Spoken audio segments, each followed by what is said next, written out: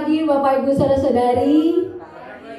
Puji Tuhan, hari ini kita boleh mengadakan ibadah sekalipun kita tidak bertatap muka secara langsung. Bapak Ibu mungkin ada di rumah atau di tempat pekerjaan. Saya percaya setiap kita bisa mengalami Tuhan, amin. Dan saya mau ajak Bapak Ibu kita menyiapkan hati kita datang kepada Tuhan. Kita mau bersatu dalam doa. Mari kita berdoa. Kami mengucap syukur Tuhan buat pagi ini. Terima kasih Tuhan, sekalipun kami tidak dapat berjumpa satu dengan yang lain, tapi kami tetap bisa merasakan kasih Allah yang boleh terjalin di antara kami. Kami berdoa Tuhan dalam ibadah online yang dilakukan hari ini. Kami tetap bisa merasakan Tuhan. Kami tetap bisa merasakan kuasa Allah terjadi di tengah-tengah kami. Dan dimanapun kami berada, kami percaya Tuhan Kau melawat setiap kami. Seluruh keluarga kami boleh sama-sama merasakan Tuhan. Terima kasih Tuhan. Kami undang Kau Roh Kudus ambil alih ibadah hari ini. Mulai dari awal, pertengahan hingga akhirnya. Kami muliakan Kau Raja di atas segala raja. Di dalam nama Yesus Kristus. Haleluya. Mari kita yang percaya sama-sama katakan amin. Puji Tuhan. Bapak Ibu siap memuji Tuhan hari ini, amin. Berikan tepuk tangan yang paling meriah buat Allah kita yang luar biasa. Puji Tuhan. Kita menyatakan pujian kita di hadapan Tuhan.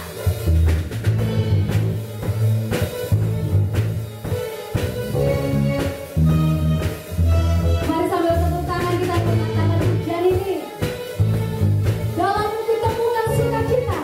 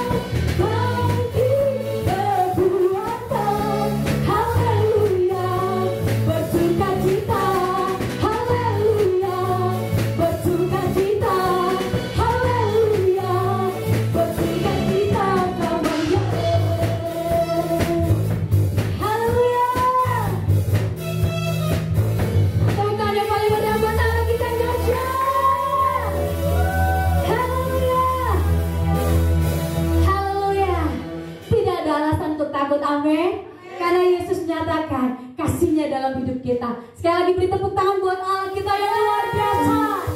Haleluya Tuhan. Kami nyatakan hati kami dengan sukacita. Haleluya.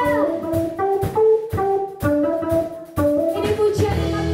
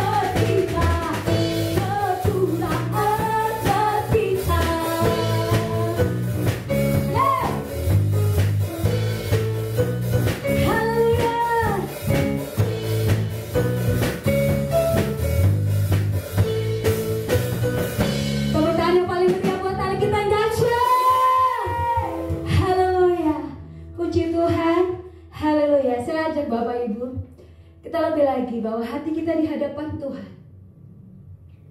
Terima kasih Bapa. Pagi hari ini Tuhan, ada sukacita yang baru karena kami tahu. Kami berharap kepada pribadi yang dapat diandalkan, dapat dipercaya, pribadi yang mengasihi kami. Terima kasih Yesus. Sungguh Kau Allah yang mengenal jalan-jalan hidup kami. Engkau yang mengenal setiap kami Tuhan. Lebih dari kami mengenal diri kami sendiri. Terima kasih Bapa.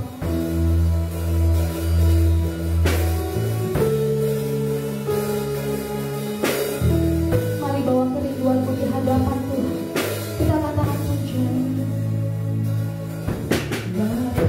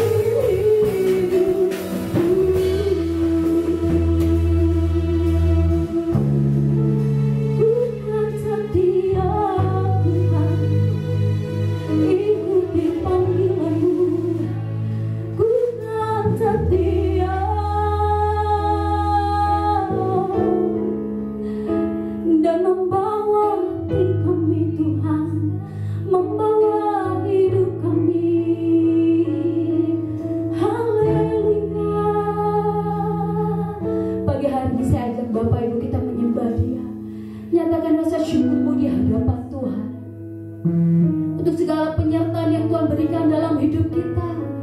Terpujilah Tuhan, kami tinggikan, kami agungkan, kami tinggikan Tuhan. Kau Allah yang berkata, Allah yang menyertai kami. Kami nyatakan kami bawa semua kami bawa hidup kami. Diadakan kami bawa semua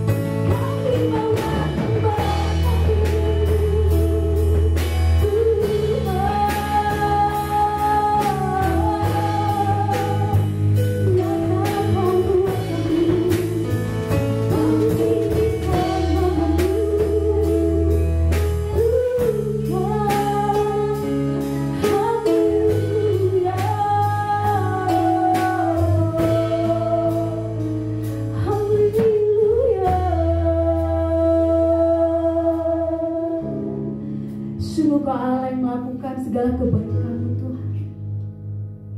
Mungkin kami tidak mengerti. Mungkin banyak pertanyaan dalam hati kami. Tapi kami tahu Tuhan, Engkau yang paling mengerti jalan-jalan hidup kami. Terima kasih Bapa.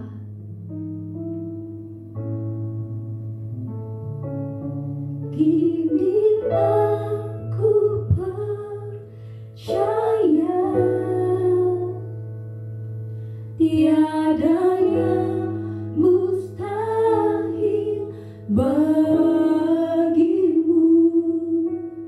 Kuasa-Mu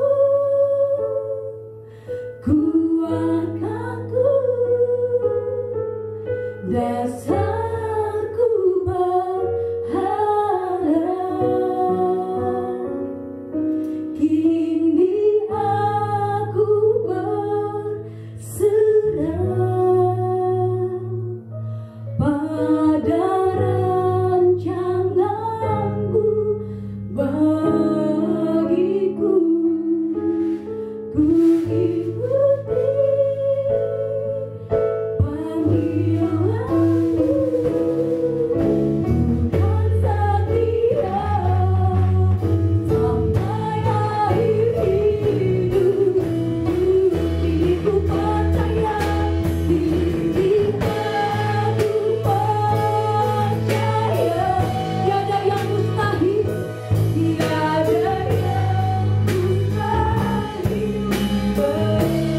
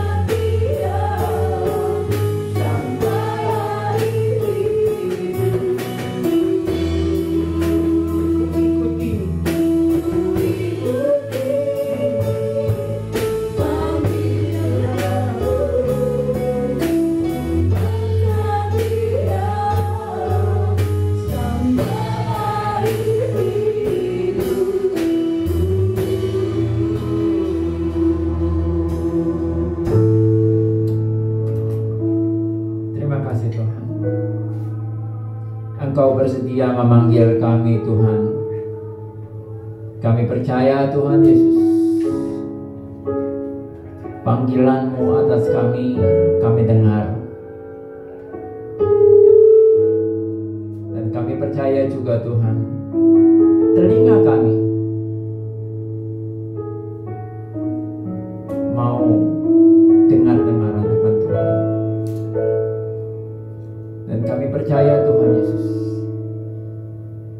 memanggil kami menjadi anak-anak-Mu itu sudah lebih dari segalanya.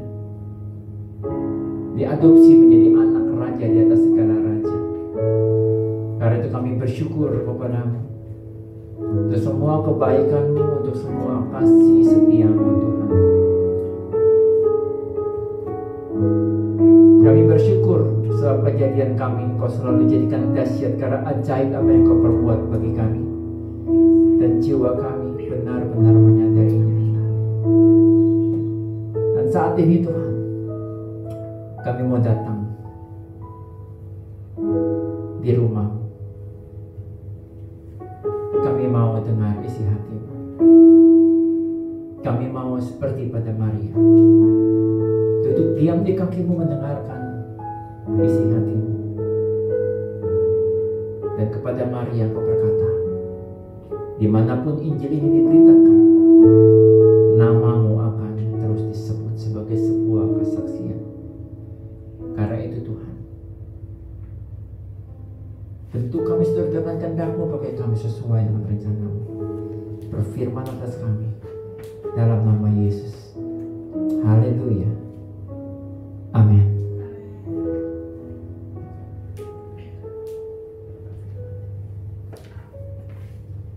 Shalom saudara-saudara.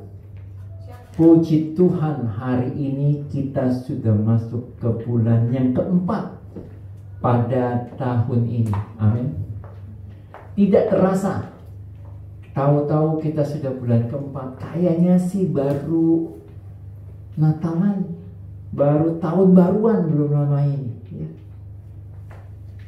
Kayaknya kita masih baru saja membuat goal setting di akhir tahun yang lalu. Setelah kita tahu sudah bulan 4, artinya sudah 1/4 perjalanan kita, saudara. Kok kita masih kayaknya ya belum melakukan apa-apa. Tapi saya percaya Tuhan Yesus akan tolong saudara dan saya. Tidak ada kata terlambat. Katakan amin.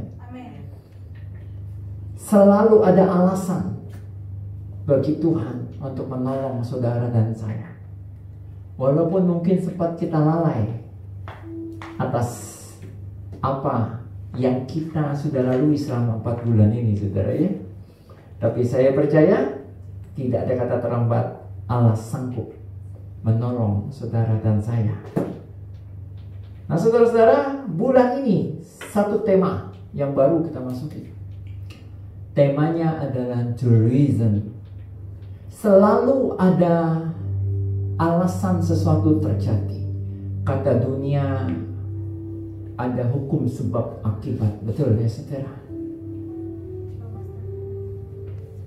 Dan tema kita terambil dari Yohanes 3 ayat 16. Aduh, itu mungkin sudah jadi ayat hafalan bagi saudara dan saya, betul ya. Tapi sebelum kita baca firman, saudaraku, saya rindu kita semua proklaim kepada hati kita tentang apa itu firman. Karena saya jemput kita semua, kita angkat Alkitab kita, Al-HP kita, dan kita perkatakan power statement ini. Aku percaya firman-Mu berkuasa. Aku percaya firman-Mu dapat merubah hidupku. Aku percaya firman ini adalah Tuhan sendiri. Aku siap untuk menerimanya dan melakukannya dalam nama Yesus. Amin. Ya saudara-saudara, tema kita the reason terambil dari Yohanes pasal yang ketiga ayat yang ke-16. Demikian firman Tuhan. Karena begitu besar kasih Allah akan dunia ini, sehingga Ia telah mengaruniakan anaknya yang tunggal, supaya setiap orang yang percaya kepadanya tidak binasa, melainkan beroleh hidup yang kekal. Tadi di awal, saudaraku, sudah dikatakan oleh Tuhan bahwa selalu ada alasan sesuatu terjadi. Tuhan ingatkan itu kepada kita. Semua terjadi bukan semua kebetulan. Tidak ada yang kebetulan di dalam Tuhan, saudara. saya lahir, saya ada nih Sutanto Fajar, pasti ada penyebabnya. Penyebabnya adalah karena ibu saya, mama saya melahirkan saya. Lalu kenapa mama saya bisa melahirkan saya? Karena mama saya hamil. 9 bulan 10 hari ada di kandungan ibu saya. Nggak mungkin mama saya baru usia kehamilannya 3 bulan, saya lalu membuat goal setting di dalam kandungannya, saya mau lahir duluan. Oh, nggak bisa. Ada sesuatu yang tidak bisa semau-mau saya. Ada sesuatu yang harus berjalan sebagaimana mestinya. Nah, tentu mama saya hamil juga ada penyebabnya, betul? Tidak mungkin mama saya belum hamil, belum pernah berhubungan dengan pria kekasihnya, tiba-tiba hamil. Oh, ada contoh memang, yaitu Bunda Maria. Tapi itu pun ia dikandung oleh Roh Kudus. Jadi ada penyebabnya juga, saudara ya. Yesus ada karena dilahirkan oleh Bunda Maria. Dan Bunda Maria melahirkan karena Bunda Maria hamil. Walaupun belum melakukan pernikahan, kok bisa hamil? Karena dikandung daripada Roh Kudus. Jadi selalu ada alasannya. Nah, mama saya bisa menikahi papa saya. Kenapa? Ya karena kenal. Ada bina hubungannya sebelumnya antara pria dengan wanita. Artinya, saudara, Anda dan saya mau cerita tentang benda apapun di dunia ini, bisa ditarik mundur bahwa ada sejarahnya sebelumnya. Demikian juga kita, saudara ya. Hari-hari ini di dunia ini tingkat kematian itu tinggi luar biasa. Bahkan saya dengar ada banyak berita ketika pertama kali terjadi krisis corona di tempat asalnya, di kota Wuhan, provinsi Hubei, negara People Republic of China. Konon ada banyak tayangan yang menyatakan terlihat ada kuburan-kuburan massal. Semua juga pasti akan meninggal. Tapi meninggal itu juga sebenarnya terjadi. Kenapa? Karena orang-orang itu pernah lahir, saudara ya. Jadi sebelum seseorang was died, tentu dia pernah born, pernah lahir, saudara ya. Jadi ada orang berpikir selalu takut dengan kematian. Padahal itu semua cuma sebab akibat. Kenapa ada kematian? Karena ada kelahiran. Yang ingin saya bagikan, saudaraku, ada jarak antara born and die. Posisi inilah, saudara, yang harus kita mengerti, supaya kita hidup tidak dibawa ketakutan. Ketakutan hanya karena mendengar adanya kematian-kematian di sana sini. Sebaliknya, kita jadi senang karena ada yang lahir. Kita senang pada saat ada orang yang lagi birthday, merayakan hari kelahirannya. Berarti kita dipengaruhi oleh situasi pendengaran kita. Jangan, saudara. Semua orang akan mengalami fase sejak lahir sampai mati. Soal perjalanannya berapa tahun, itu beda-beda dan kita tidak bisa samaratakan. Berarti masalah kita adalah ketika kita lahir, hidup, sampai dengan mati, apa yang akan terjadi dalam hidup kita, itu tergantung prinsip apa yang kita pegang. Firman Tuhan di Filipi pasal yang pertama diperkatakan, sebab bagiku hidup adalah Kristus dan mati adalah keuntungan. Nah, saya mau kupas ini, saudara. Saya lahir, 14 November 1969. Oh, kelak saya akan meninggal. Tapi masalahnya, ketika saya meninggal, apakah saya perlu takut? Gak perlu takut, kata firman. Karena itu adalah sebuah keuntungan. Kenapa? Karena saya akan diwisuda. Final graduation di surga nanti. Saya dikenakan jubah yang baru, bukan toga lagi, saudara.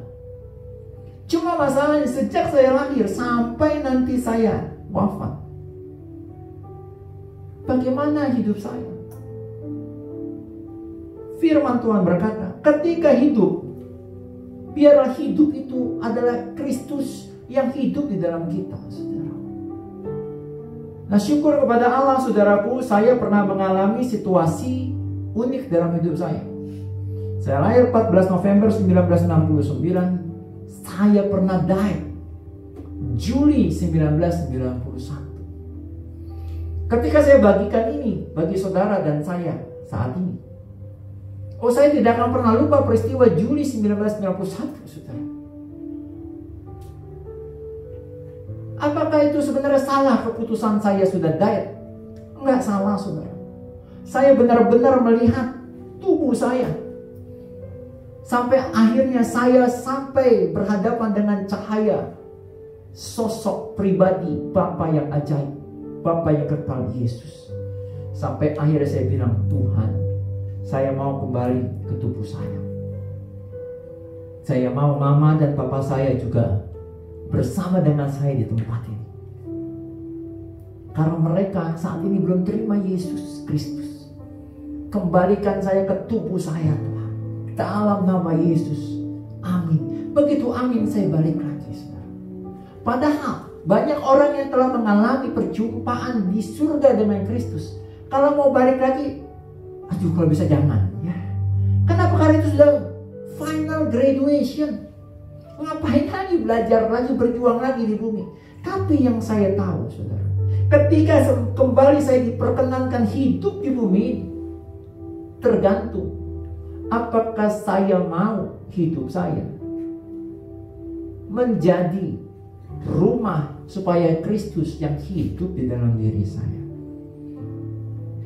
Kalau itu yang terjadi, maka badai apapun yang terjadi dalam hidup saya sejak saya kembali lagi ke tubuh ini, Juli 1991, sampai hari ini, sampai nanti saya benar-benar final ketemu dengan Bapa saya for second times, kedua kalinya. Oh, itu sebuah keuntungan lagi, bahkan double keuntungannya, dapat bonus lagi di sana. Mungkin saya sudah lihat, wah, ini rumah saya, wah, ini lebih gede daripada yang dulu Juli 1991. Tapi ketika saya datang ke bumi ini lagi dalam kesempatan yang kedua untuk itu, saya meratapi hidup ini, aduh, capek deh, saudaraku. Maka sisa kehidupan saya di kesempatan yang kedua itu, bukan Kristus yang hidup di dalam diri saya, tetapi penyesalan, tetapi kecewa, tetapi pernyataan dan pertanyaan, kenapa sih begini? Tahu begitu, gak usah aku minta kepada Kristus, kembalikan aku kepada tubuhku. Kenapa orang mungkin bisa seperti itu?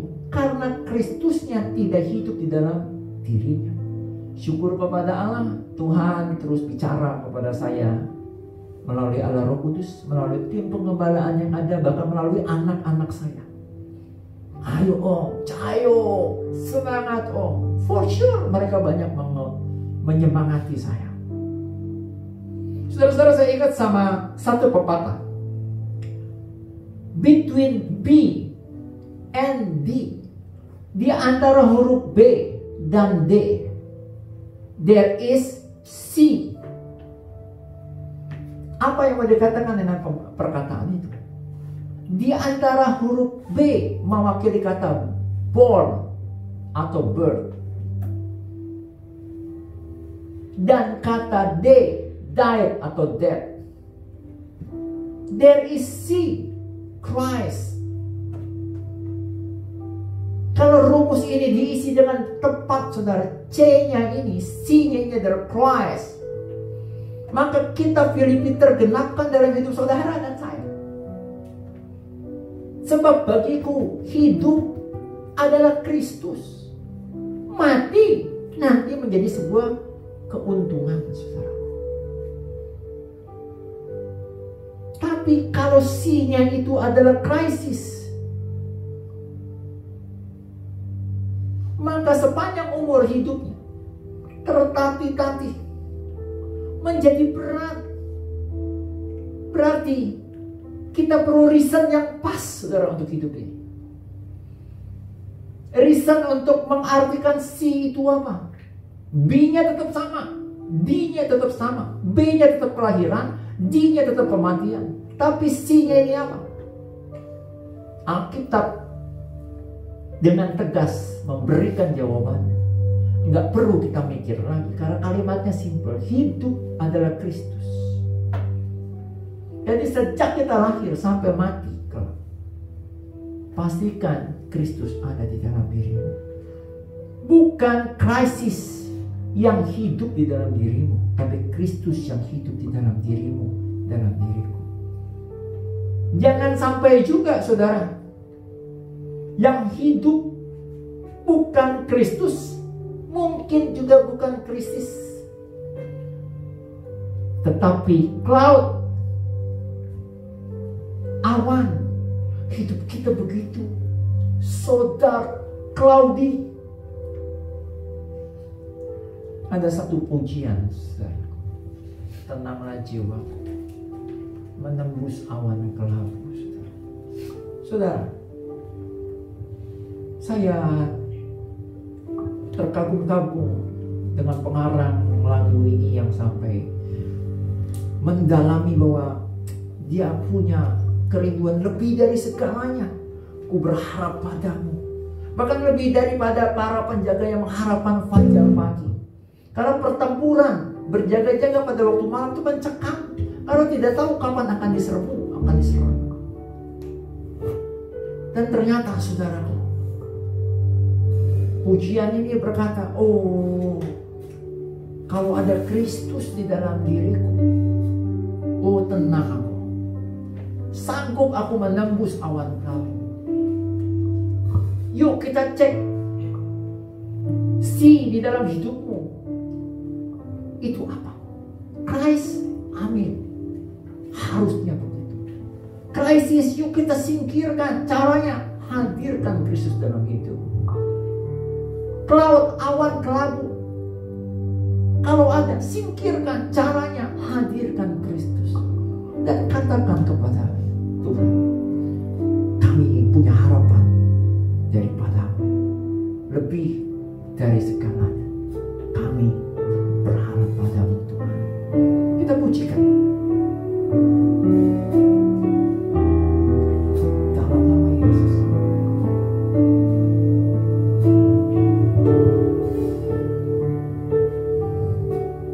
Lebih dari segala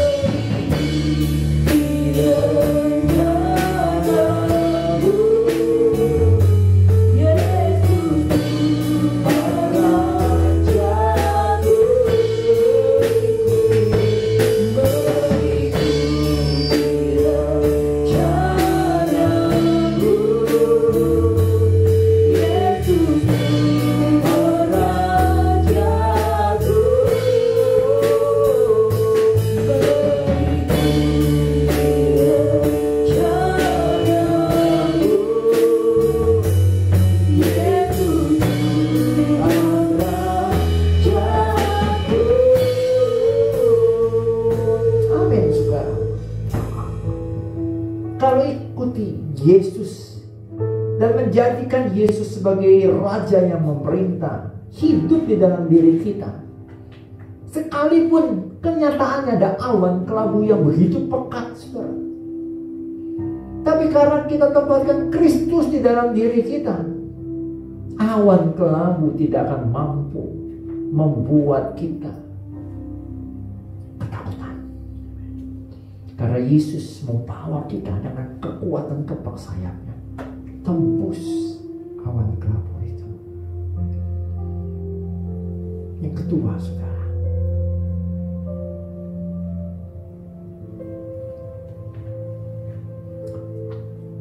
saudara-saudara, di tangan saya ada gelas ini, saudara. Kalau saya bertanya, apa ini? Mungkin menjawab orang, oh, Pak Tanto, itu adalah gelas yang berisi air, tapi kurang separuh. Gelas yang separuh kosong. Saudara-saudara, salah nggak itu? Ya nggak salah juga. Tapi yang ingin saya katakan adalah, yuk kita bicara tentang apa yang kita tempatkan di pikiran kita, di hati kita. Saudaraku, bagian kedua ini saya mau katakan, siapa yang besar di pikiran bawah sadarmu, di subconscious mind, di alam bawah sadarmu, itu akan menentukan sikapmu untuk berkata, berpikir, dan bertindak. Kalau di hati saya mau katakan ini, gelas setengah kosong, ya tidak salah. Tapi energi negatif sudah saya masukkan ke dalam alam bawah sadar saya. Sementara kalau saya katakan ini adalah gelas yang setengah penuh, maka energi positif saya masukkan ke dalam alam pikiran saya.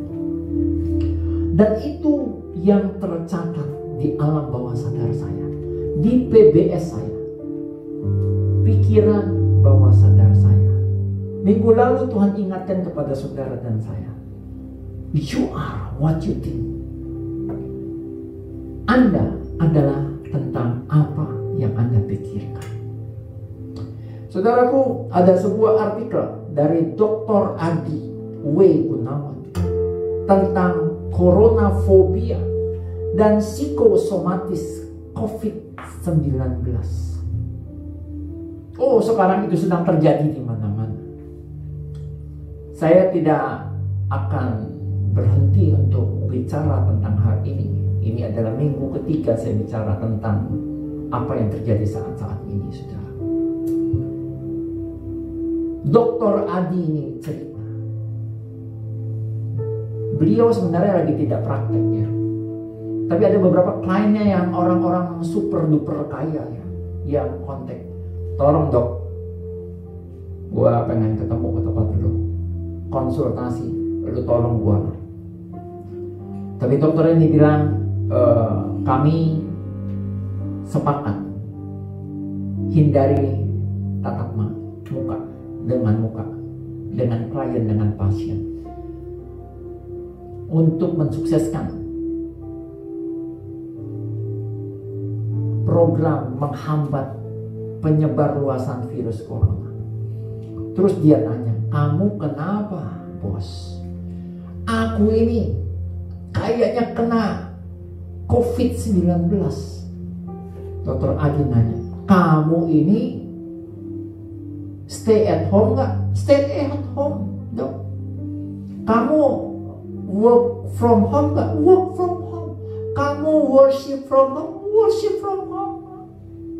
Dalam 14 hari atau bahkan 20 hari terakhir ini kamu ketemu dengan orang-orang yang mungkin beresiko terpapar nggak? Enggak. Kamu di rumah, Istri, anak-anakmu, semua stafmu juga nggak berhubungan dengan kamu dan atau aman semua di rumah. Tapi aku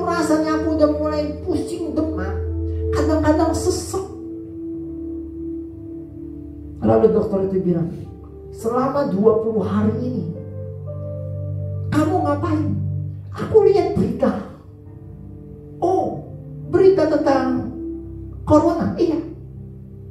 Aduh dok, tiap hari di Itali 1 hari 700 orang meninggal. Setiap hari 700 orang dok. Amerikanya begitu banyak, teknologi pun sudah ribuan orang dok meninggal. Jakarta itu kota kita dok, tiba-tiba cepet sekali, awalnya cuma 2. Di Depok tiba-tiba merambat cepet sekali. Waduh dok, kayaknya aku kena dok. Singkat cerita, Dr. Adi bilang, Dr. Adi S3 saudara ya, dokter. Oke, kalau gitu bos, ini kepada beberapa kliennya ya, kamu berhenti, HP mau matiin saja sudah ya. Mau bayar datamu kamu matikan. Kamu hanya boleh menerima telepon saja ya, nggak usah buka-buka itu. Setelah 2 minggu Dr. Adi melihat, Dr. Adi telepon cek, gimana kamu kondisinya? Puji Tuhan, sehat. Nah saudara, Dr. Adi bilang, hari-hari ini banyak orang sakit sebenarnya bukan karena virus yang adalah virus corona, saudaraku, tapi virus yang masuk ke PBS, pikiran bawah sadar, subconscious mind, alam bawah sadar. Dari mana? Ya dari HP, saudara ya. Oh ini saya bersyukur saudara nih, ini HP anak saya ya. Begitu saya balik, saudara, ada tulisannya Rich Truths ya, ada tulisannya Truths. Nah saudara, mestinya HP kita ini membawa kita pada truth, the way, the truth, and the life, kehidupan. Siapa itu? Tuhan Yesus. Bukan kita tiap hari baca terus yang seram-seram. Apa yang masuk, apa yang kita pikirkan, jadilah itu. Dan ternyata saudara berdasarkan data saudara, bahkan ada beberapa orang katanya tenaga medis terkena COVID lalu cepat sekali meninggalnya. Kenapa? Karena tiap hari mereka lihat pasien kena, tapi juga ada tenaga medis yang cepat pulihnya dan pulang. Kenapa? Karena alam bawah sadarnya saudara, alam bawah sadarnya yang ketakutan terus, maka benar-benar akhirnya berkuasalah ketakutan dan arah pada kematian. Saudara-saudara, info yang masuk menyebabkan orang bisa mengalami psikosomatis. Informasi COVID-19 yang bertalu-talu yang terus dikonsumsi oleh banyak orang menyebabkan orang kena penyakit psikosomatis. Sakitnya di pikiran, saudara. Nah, psikosomatis ini bisa masuk ke dalam diri kita. Kenapa? Saya berharap saudara dapat pengetahuan ini dan simpan di alam bawah saudara-saudara, bahwa ada 5 jalur informasi bisa masuk ke dalam alam bawah sadar saudara. Ada 5 jalur. Yang pertama melalui otoritas. Kenapa? Sesuatu yang disampaikan informasi oleh otoritas yang di atasnya biasanya dikatakan sebagai sebuah kebenaran. Ibu guru ngajarin sesuatu, anak murid biasanya bilang, oh iya itulah kebenarannya. Suami ngajarin istri berpikir itu otoritas di atas dia, oh itu benar. Seseorang yang sudah berkasih-kasihan, berpacaran, bina hubungan, wah lagi mengidolakan cowoknya, lagi mengidolakan ceweknya, pacar. Di Kristen tidak ada pacaran, tapi saya pergunakan dulu istilah ini saudara ya. Biasanya itu yang dianggap kebenaran saudaraku ya. Itu yang dianggap kebenaran. Itu yang pertama. Bisa direkam di alam bawah sadar. Yang kedua jalurnya adalah melalui emosi. Bukan emosi ini artinya marah-marah, Pak Saudara, tapi perasaan kita, emotion kita. Informasi yang diterima oleh kita disertai dengan emotion baik positif maupun negatif, itu akan tersimpan lama di pikiran alam bawah sadar kita, saudara, di PBS ya. Misal ada saudara kita sedang sedih, tiba-tiba dia bersinggungan dengan orang lain, padahal belum tentu orang lain itu benar-benar sedang menghina saudara kita. Salah pengertian. Lalu saudara kita itu cerita kepada kita. Kita biasa percaya tuh ya. Kita dikendalikan seolah itu sebuah kebenaran. Nah, ini bicara tentang emotion, saudara ya. Yang ketiga, informasi yang masuk ke dalam pikiran kita berupa repetisi, pengulangan.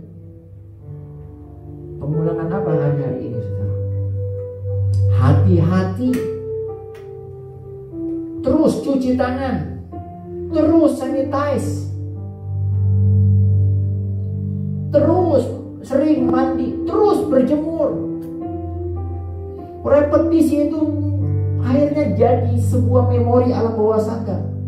Setiap orang akhirnya lupa. Waduh, ini udah jam 2 masih berjemur aja, saudara ya. Karena di pikirannya harus berjemur, harus berjemur. Itulah repetition.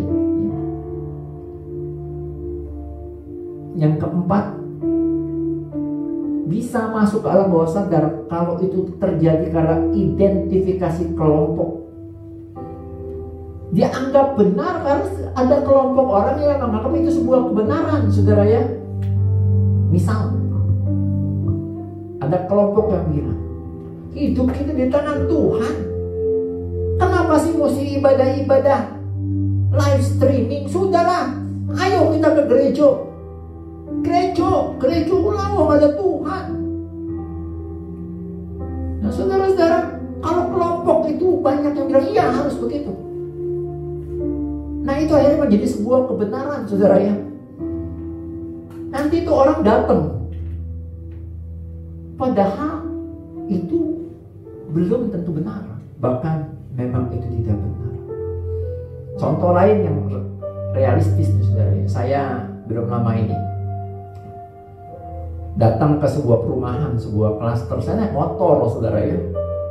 Tahu-tahu security-nya menyemprotkan saya dari kiri dan kanan pakai disinfektan ya. Syukur kepada Allah saya punya helm, saya bisa tutup gitu ya, sehingga nggak perih. Walaupun nggak perih, saudara, begitu saya sampai ke rumah saudara saya di perumahan itu, kerasa tuh agak perih ya. Ternyata begitu saya keluar juga ada orang yang ngoceh, ini kayak disinfektannya agak tajam nih ya. Syukur kepada Allah, WHO mengumumkan, saudara, ternyata cairan disinfektan itu untuk benda mati, bukan untuk benda hidup. Sementara di mana-mana sekarang bahkan dibuat bisnis itu, tumbler, kotak. Kalau kita mau masuk dulu, seret disemprot. Waduh, saudara, saya ngalamin sendiri perihnya. Lalu kenapa orang pada begitu? Di mana-mana, mungkin di perumahan saudara, di tetangga saudara, atau di saudara pergi kemana dia disemprot begitu ya. Ini akibat apa? Identifikasi kelompok. Di sana tuh bikin begitu, bikin lagi. Di tempat lain bikin lagi, disangka sebagai sebuah kebenaran. Yang kelima, saudara, informasi yang masuk dalam kondisi relaksasi pikiran. Pada saat apa itu? Pada saat kita baru bangun pagi ini,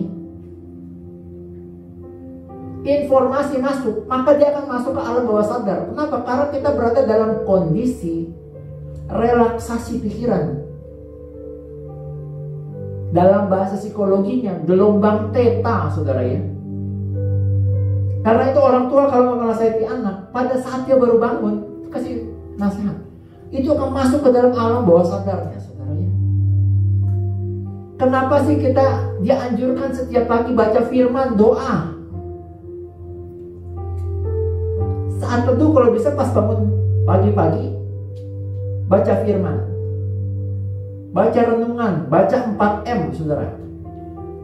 Tujuannya supaya itu masuk ke dalam alam bawah sadar kita, direkam dalam memori jangka panjang, dan itu bisa menjadi sebuah kebenaran, saudara. Yang kedua, waktu relaksasi pikiran itu terjadi pada saat kita juga lagi mau tidur. Saat lagi mau tidur, mau ngantuk ya, itu adalah waktu kita yang rileks pikirannya. Nah, kalau informasi itu masuk pada saat itu bisa dianggap sebuah kebenaran, saudara ya. Nah, masalahnya gini, orang ketika ngantuk saat-saat ini, saudara ya, naik kereta, mobil, di rumah ngantuk, ngapain yang ngambil HP? Bukan, nambah lagi. Sekarang, saudara-saudara, sampai tadi siang, saudara ya, saya dengar di radio, dalam tempo setengah jam, sebelumnya 201 negara sudah terpapar, saudara, positif. Setengah jam kemudian ada lagi pengumuman dari WHO, sudah 202 negara, saudara. Dari sebuah kota Wuhan, di sebuah provinsi Hubei, di sebuah negara China. Pagi-pagi bangun tidur, yang dibuka HP bukannya untuk baca renungan, saudara. Waduh, di grup ini, wah, ada yang meninggal, wah, saudara. Pada saat relaksasi, informasi masuk, saudara waspadai hal itu. Jangan sampai, saudara, hidup kita ditulis oleh berita-berita buruk yang masuk melalui pikiran kita, di pikiran bawah sadar kita, melalui 5 jalur: otoritas, emotion, repetisi, identitas kelompok, dan relaksasi. Jadikan hidupmu, biar Tuhan yang jadi penulis dalam hidupmu, dalam hidupku, sehingga Engkau, Tuhan, yang ada di dalam diriku. Engkau menulis hidupku. Engkau ada di dalam alam pikiranku, perasaan.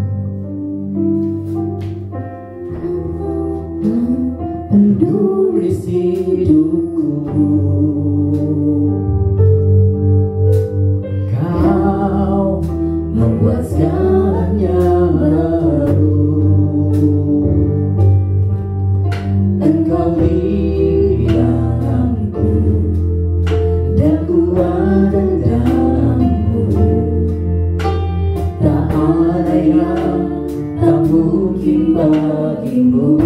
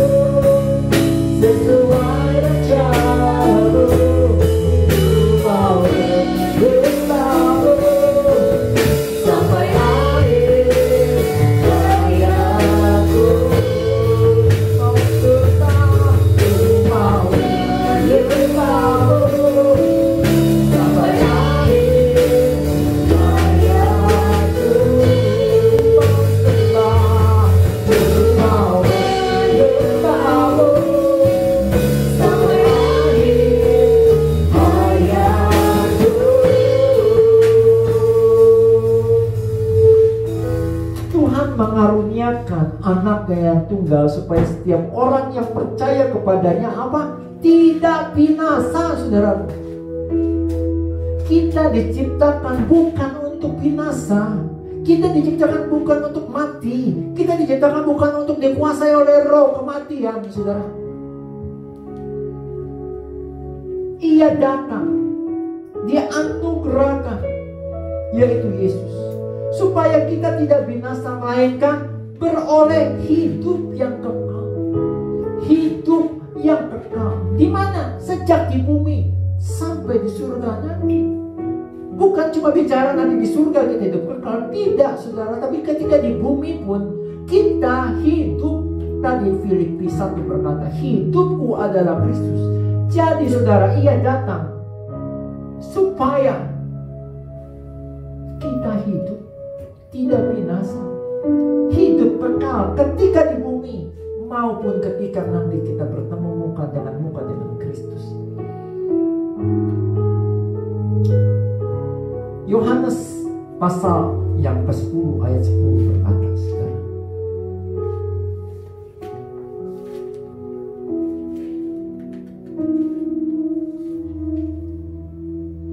pencuri, yaitu iblis, datang hanya untuk mencuri, membunuh, dan membinasakan. Hati-hati, saudara. Iblis datang dengan cara yang canggih saat ini. Bukan dengan film-film horor, tapi berita-berita.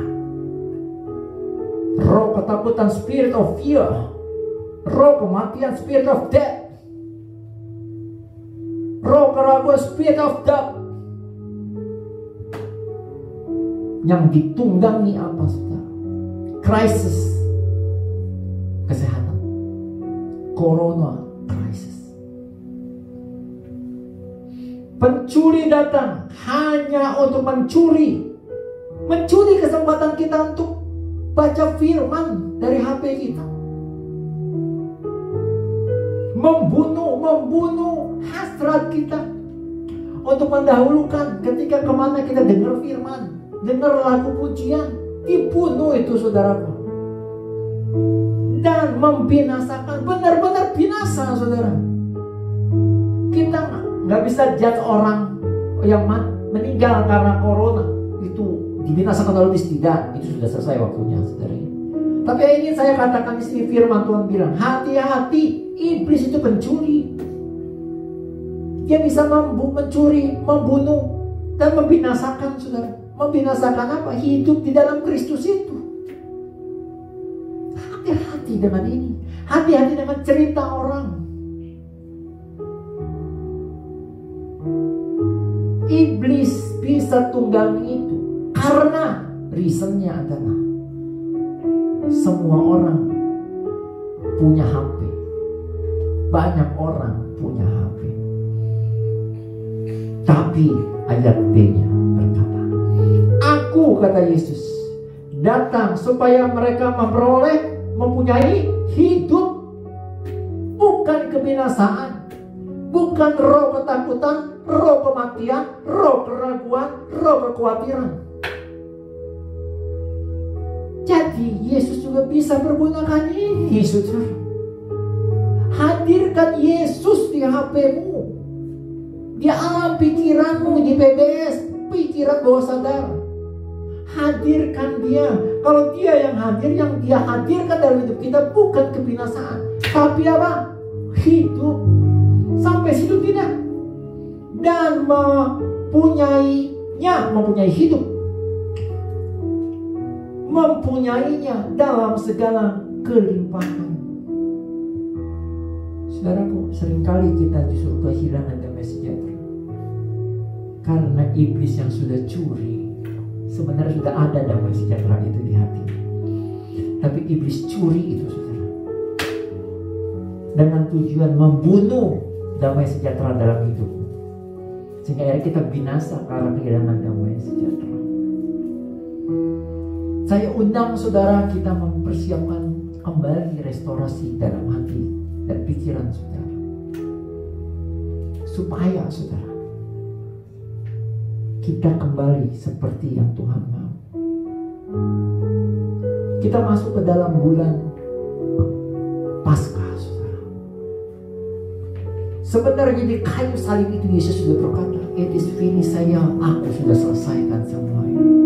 Engkau kembali menjadi imago, the image of God, gambar dan rupanya Allah. Di dalam gambar dan rupanya Allah ada kehidupan, saudara.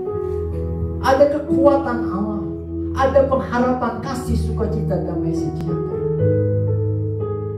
Karena salib Yesus itulah kita punya alasan, kita punya reason, kita sanggup bertahan menghadapi badai berita-berita ini, saudara. He is the only reason of your life. Yesus adalah satu-satunya alasan atas hidupmu. Yesus adalah satu-satunya alasan engkau dan aku hidup. Katakan amin. Undang dia, saudara, dalam hidupmu, dalam hidupku. Dan akhirnya kita bisa tahu hidup kita adalah Kristus. Dan kalaupun nanti kita berhadapan dengan kematian, itu sebuah keuntungan. Karena akan ada great graduation, the greatest graduation, wisuda terbesar, terindah. Saya jemput para worshiper. Ada satu lagu, karena salibmu aku hidup, aku menang. Kenapa? Karena engkau yang berkuasa. Engkau sanggup melakukan mujizatmu di hidupku. Kalau saudaraku hari-hari ini sempat ada kekhawatiran ada di dalam hidup, yuk pandang salib Yesus. Karya salibnya itu alasan untuk engkau dan aku kembali menang. Amin. Kita pujikan. Hanya Engkau Tuhan di hidupku. Engkau memberikan hidup yang baru bagi kami saat ini.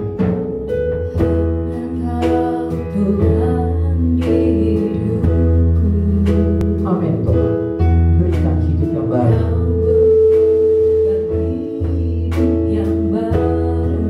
Kau sucikan, pulihkan hati kami Tuhan.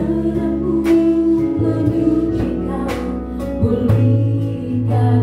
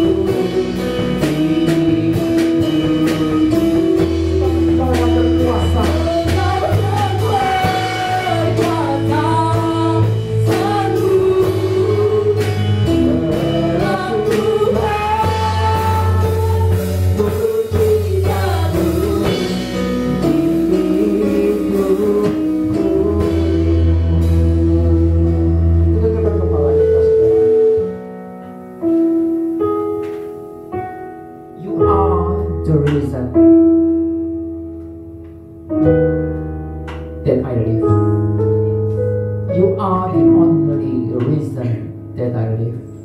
You are the only reason that I sing. Engkaulah satu-satunya kami hidup. Engkau adalah satu-satunya alasan kami bisa hidup. Engkau adalah satu-satunya alasan supaya kami bisa memuji sembah. Kami undang Engkau Yesus hadir di dalam hidup kami kembali. Kalau sempat di alam bawah sadar kami, tetap sempat kami di hati kami informasi-informasi yang menakutkan, bukan informasi-informasi firman Allah yang masuk. Ampuni kami Tuhan. Engkau yang jadi segalanya dalam hidup kami sejak saat ini. Engkau yang jadi segalanya bagi kami, dan Engkau sanggup melakukan untuk memberikan kepada kami hidup yang baru, hidup yang penuh dengan kemenangan, penuh dengan kuasa nama Yesus Kristus. Dalam nama Yesus kami percaya kemenangan dalam Paskah 2020 ini benar-benar menjadi kemenangan yang hidup di dalam diri kami, mengenyangkan segala ketakutan, keraguan kami di fase yang kata dunia sedang krisis corona. Tapi kami mau katakan, sejak kami lahir sampai kelak kematian kami, there is you, ada Engkau, Christ, Jesus Christ, ada Kristus yang hidup di dalam diri kami, menteraikan apa yang menjadi firman-Mu hari ini. Hamba percaya darah Yesus suci kuduskan setiap kami, yang sakit disembuhkan, yang miskin diberkati, yang terbelenggu Kau bebaskan. Pemulihan besar terjadi atas kami, atas bangsa kami. Di dalam nama Yesus, setiap kita yang mau mengalami penggenapan firman Tuhan ini dalam hidup kita, sama-sama saya katakan amin. God bless you.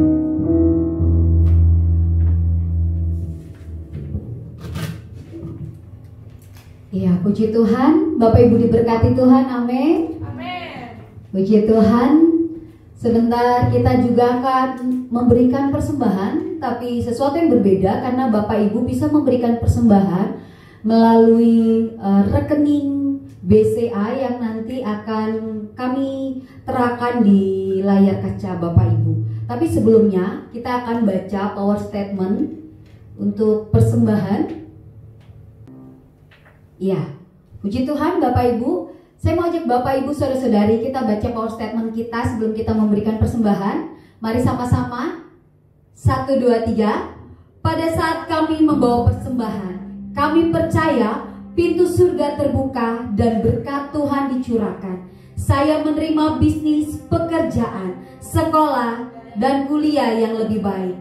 Keuntungan, bonus, dan aset dilipat gandakan. Semua transaksi dibuat berhasil.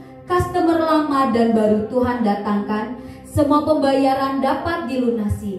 Memiliki rumah di bumi dan di surga. Menerima hadiah, kejutan, dan penghargaan. Diberikan jodoh bagi yang belum punya pasangan. Keluarga harmonis dan tidak ada kemandulan. Semua musuh, penyakit, dan kerugian dihalau dari dalam hidupku, keluargaku, pekerjaanku, dan bisnisku. Ini adalah waktunya memberi persembahan. Dalam nama Yesus, haleluya. Selamat memberi dan pastikan Bapak Ibu mentransfer di nomor rekening yang kami sudah cantumkan. Terima kasih untuk persembahan yang Bapak Ibu berikan. Kami percaya berkat Tuhan melimpah turun atas dalam kehidupan kita, amin. Puji Tuhan, ada beberapa pengumuman yang akan kami sampaikan. Tanggal 10 April kembali kita akan ada Jumat Agung. Jadi pastikan Bapak Ibu sebelum jam 9 pagi kita sudah siap. Kita sudah menyiapkan keadaan kondisi kita, sudah menyiapkan hati karena di jam 9 kita akan mulai ibadah online kembali di rumah Bapak Ibu masing-masing, tidak berkumpul di gereja. Kemudian saya juga rindu supaya Bapak Ibu boleh mengajak keluarga Bapak Ibu untuk sama-sama beribadah. Pastikan selama ibadah kita konsentrasi, tidak melakukan aktivitas yang lain. Kemudian Bapak Ibu, kami juga mengingatkan hari Minggu atau minggu depan tanggal 12 April kembali kita akan mengadakan ibadah secara online di rumah masing-masing. Karena itu untuk 2 kali ibadah berturut-turut ini pastikan Bapak Ibu sudah menyiapkan waktu untuk beribadah bersama. Dan Bapak Ibu, selama seminggu ini kegiatan di GB Kabar Baik kita liburkan, tapi kita tetap mengadakan doa pagi yang akan diadakan jam 5 sampai jam 6 pagi. Saya mengajak Bapak Ibu untuk melakukan doa bersama jam 5 sampai jam 6 pagi di rumah masing-masing. Kemudian setiap harinya mulai hari Senin sampai hari Jumat kita tetap mengadakan menara doa di rumah masing-masing. Di hari Senin, Selasa, Kamis dan Jumat kita mengadakan menara doa jam 6 sampai jam 7 malam. Kemudian di hari Rabu kita mengadakan menara doa jam 8 sampai jam 9 malam. Hal yang sama kita juga akan lakukan menara doa secara bersamaan di rumah masing-masing. Atau mungkin Bapak Ibu yang ada di tempat pekerjaan ambil waktu sejenak 1 jam, kita sama-sama naikkan doa bersama pada jam tersebut. Kemudian Bapak Ibu, kami juga mengingatkan, kami sudah posting saat teduh atau 4M dari GB Kabar Baik. Kita sudah posting di grup Kemers. Jadi Bapak Ibu yang belum mendapatkan bisa langsung menghubungi Ketua CS, karena di grup Kemers kita sudah bagikan saat teduh dari tanggal 1 sampai akhir bulan April ini. Dan ada kegiatan-kegiatan yang juga kami cantumkan di dalamnya. Ada nama-nama yang berulang tahun di bulan April. Karena itu Bapak Ibu pastikan sudah menerima informasi yang detail di dalamnya. Demikian informasi yang dapat kami sampaikan. Kita mau akhiri ibadah hari ini. Kita akan tutup dalam doa.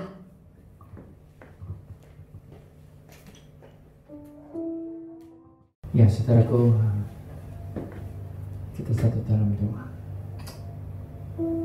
Terima kasih Tuhan. Kami percaya You are the reason that I live. You are the reason that I sing. The only reason. Kami bersyukur kami memiliki Engkau satu-satunya alasan kami hidup. Hidup di dalam segala kelimpahan. Kiranya Engkau terus menjadi Tuhan dan Raja dalam hidup kami, Tuhan. Tapi bukan hanya kepada diri kami, tapi juga kepada keluarga kami, tapi juga pada bangsa Indonesia, juga kepada dunia. Kami yakin dan percaya di tengah krisis kesehatan karena isu kesehatan tentang virus corona, Tuhan. Oh, kami percaya Engkau bekerja dalam segala hal untuk datang kebaikan. Pasca 2020 akan membawa orang kembali melihat.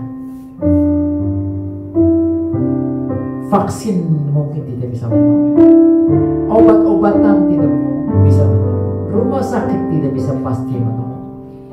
Tapi ada satu-satunya alasan untuk kami hidup, yaitu Kristus yang hidup di dalam diri kami. Sehingga kalaupun kelak kami menghadap kepadamu, oh, itu sebuah keuntungan bagi kami. Dan ketika sampai menjelang saat itu, tidak ada kekhawatiran di dalam diri kami. Dan iblis tidak lagi bisa mencuri, membunuh dan membinasakan. Damai sejahtera, pengharapan yang teguh di dalam iman kepada Kristus tidak bisa dicuri, dibunuh dan dibinasakan. Kami percaya saat-saat ini adalah saat yang sangat tepat. Injil diberitakan sampai ke ujung-ujung bumi. Dan Engkau menjadi Tuhan dan Raja di dalam hidup kami. Tuhan, kami percaya darah Yesus suci kuduskan kami. Jadikan kami manusia yang baru, hidup yang baru. Yang lama sudah berlalu, sesungguhnya yang baru sudah datang. Kami dipersekutukan dengan kuasa kebangkitan Kristus. Alam maut tidak lagi berkuasa dalam hidup kami. Sakit penyakit kutuk tidak berkuasa. Dan kami imani apa yang Kau katakan di kayu salib. It is finished. semuanya sudah selesai Engkau kerjakan dan Engkau anugerahkan bagi kami, yaitu kemenangan, hidup yang kekal, hidup yang kekal dalam segala kelimpahan kasih karunia-Mu Tuhan. Terima kasih Tuhan. Terima kasih juga untuk apa yang sudah Engkau lakukan dalam hari ini, 1 April, aksi Camp Care Cross Arm Mission Ministry. Kristus, salib Kristus bukan hanya menjadi jawaban atas keselamatan hidup kami, tetapi juga karena salib kami hidup, kami menang, termasuk juga mengatasi badai di dalam ekonomi keluarga. Tuhan, Kau berkati semua keluarga dalam keluarga besar komunitas kabar baik, baik gereja kabar baik maupun sekolah kabar baik. Tuhan, komunitas ini kepala keluarganya cuma satu, yaitu Yesus Kristus Tuhan dan Raja. Kami yakin dan percaya Engkau tidak akan tinggal diam. Engkau tidak akan pernah lupakan, tidak akan pernah tinggalkan keluarga-keluarga yang ada sedang berjuang. Engkau akan penuhi, cukupi mereka menurut kekayaan dan kemuliaan. Terima kasih Tuhan. Kami juga berdoa untuk pintu gerbang Gate 2020. Kami percaya pintu gerbang Gate 2020 terbuka, dan dalam nama Yesus kami sudah memiliki gereja kabar baik. Kekayaan bangsa-bangsa, kelimpahan dari seberang lautan akan beralih kepada pundi-pundi kabar baik, dan kami akan melihat, tercengang-cengang kami melihat mujizat-Mu nyata. Terima kasih Bapa, terima kasih Yesus, dan akhirnya kami mau buka hati kami. Kami arahkan kepada Kristus, kami angkat kedua tangan kami. Tangan ini adalah tangan yang menerima berkat-Mu, tangan yang sama adalah tangan yang menyelesaikan berkat-Mu. Dan aku percaya Kau buka tingkap-tingkap di langit, dan Kau curahkan berkat-Mu limpah atas kami. Maka tercurahlah kasih sukacita damai sejahtera berkah limpah dari Allah Bapa, kuat kuasa dari Yesus Kristus Tuhan dan Raja kami, dan penghiburan pertolongan dari Allah Roh Kudus. Itu semua dimantraikan oleh dari Yesus untuk menjadi milik kami mulai malam hari ini kekal sampai selama-lamanya. Setiap kita yang diberkati Tuhan, dan hidup adalah Kristus dalam hidup kita, sehingga mati adalah sebuah untung. Bersama dengan saya katakan amin. Terima kasih. Tuhan Yesus memberkati.